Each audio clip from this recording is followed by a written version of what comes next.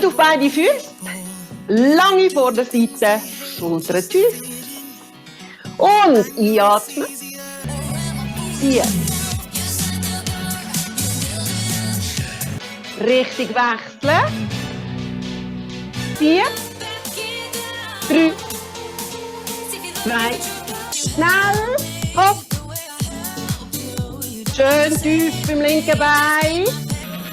Unten bleiben. Pulsieren.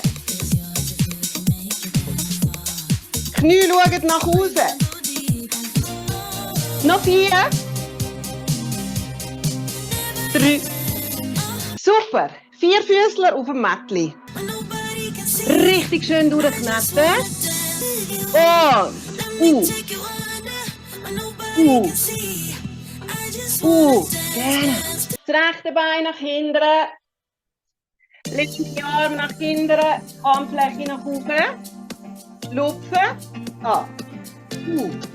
Ab. Schultern weg von den Ohren und auf. Langsam tief. Ellenbogen nach hinten. Bremsen. Und ab. Und ab. Das untere Bein ist gestreckt. Arm nochmal auf. Und lupfen. Das untere Bein. Auf. Das rechte Bein nach diagonal vorne. Annehmen. Und links. Grätschen. Schliessen. Grätschen. Schliessen. Rechte Ellenbogen zum linken Knie und wechseln. Ausatmen.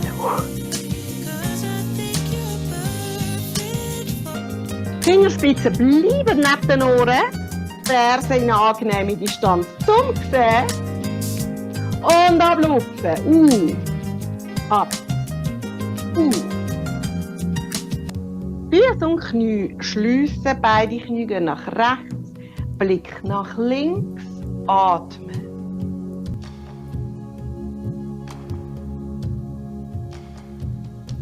Innen auf die Zeche. Lange Vorderseite, Schambein, Brustbein auseinander.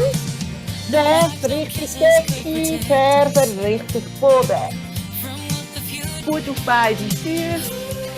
Lange Vorderseite, Schultern tief. Und einatmen. Aus. Und dann schöner Tischkick. Super, bravo!